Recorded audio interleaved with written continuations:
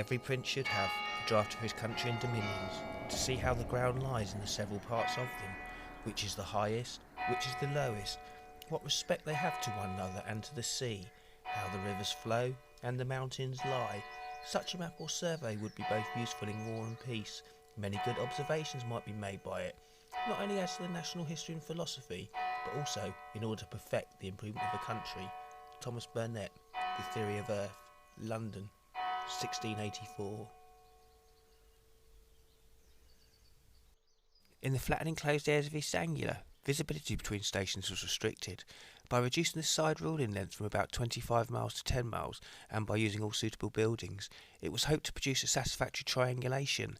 However, after extensive reconnaissance, it was found that adequate triangulation could not be established without the frequent use of steel towers. When all the trig points were in place, it was possible on a clear day to see at least two other trig points. From the Farcet Manor Farm trig point, looking down towards where Whittlesea Mere once occupied, England's Lost Lake, it would have been possible to see St Peter's Church spire in Yaxley, and the other trig point, or in this instance Trig Pillar, located in Farcet. Interestingly to note, the name Whittlesea Mere remains on maps to this day. Other types of trig point, other than the classic Hotine pillar. The fundamental benchmark, FBM. These are underground chambers topped with a short granular pillar. The pillar contains an easily accessible height reference point, but the accurately measured level is underground where it is less likely to be disturbed. There are approximately 207 FBMs across the country, and whilst a few have fallen into disuse, many, such as the two that can be found in the Cambridgeshire Fens, one in Wicken and one in Caister near Peterborough, have been incorporated to the national GPS network as passive stations. Other survey marks. Surface blocks. These are concrete blocks approximately 1 cubic feet in dimension, in place such that the top of the surface is at ground level. A bolt is fixed at the centre of the upper face of the block. Over time, surface vegetation etc. has built up, rendering the blocks often now several inches below ground level, as I found with the one located at Moonshine Gap near Glatton in Peterborough, whereby I had to prod the ground with a garden fork in order to locate it. Rivets. The only rivet in Cambridgeshire accessible is located at Charles Farm, St Ives, the others unknown or sadly destroyed. Bolts. The only one that is not listed as destroyed, inaccessible or unknown can be located in 6 Mile Bottom. Burnstones. The only one noted located in the Cambridgeshire Fens is found in Caister FBM Orgs 1. Like the pillars, these stations were both used for the original 1936 retriangulation, and some today, as mentioned, also form part of the network of passive stations. There are others to note as well, for example the flush bracket that can be found on one of the posts at Home Fen.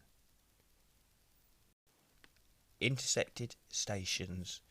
The 1936 retriangulation used not only the installed survey marks such as those just mentioned, it also made use of existing features such as flagstaffs, towers and the like. In many cases, these intersected stations were associated with a smaller fixed survey mark, for example, a more permanent bolt may be installed near a more visible flagstaff. Many of the Cambridgeshire Fens iconic and historic buildings fall into this category.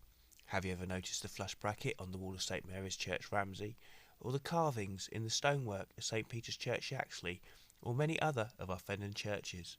Even the flagship of the Fens, Ely Cathedral, bears a benchmark in its stonework. The term benchmark originates from these chiselled horizontal marks that surveyors made, into which an angle iron can be placed to form a bench for a levelling rod, thus ensuring that the levelling rod could be accurately repositioned in the same position in the future. And we can't forget one prominent feature of the Fenland landscape, and not the wind turbines, but the water towers found imposing over many a Fenland village. Then there are active stations. These are GPS receivers which continuously log their readings onto the Ordnance Survey website. This allows a very high level of positional accuracy to be achieved without the need to physically occupy one of the passive stations, one of which is located in Peterborough on top of Savile Motors, close to Go Outdoors and HMP Peterborough.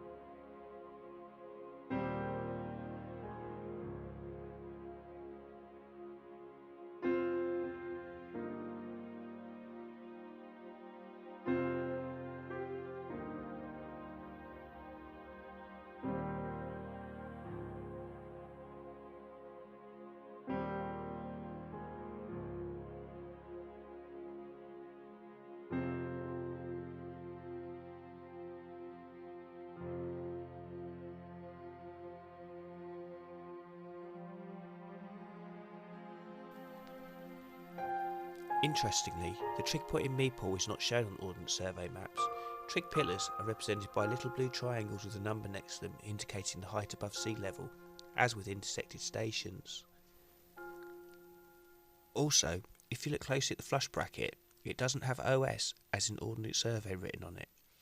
This is because this trig point has more of a sinister past. Project Emily. It was actually built by the Royal Engineers Survey Squadron.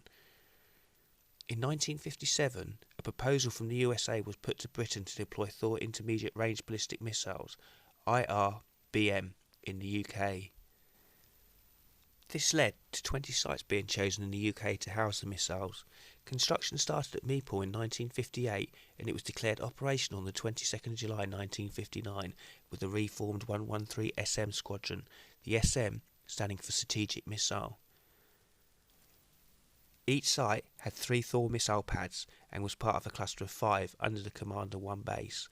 Feltwell was the first base to be operational on the 9th of January 1959 and Mepal was under its command. This trig point was constructed as the missile pads had to be accurately surveyed.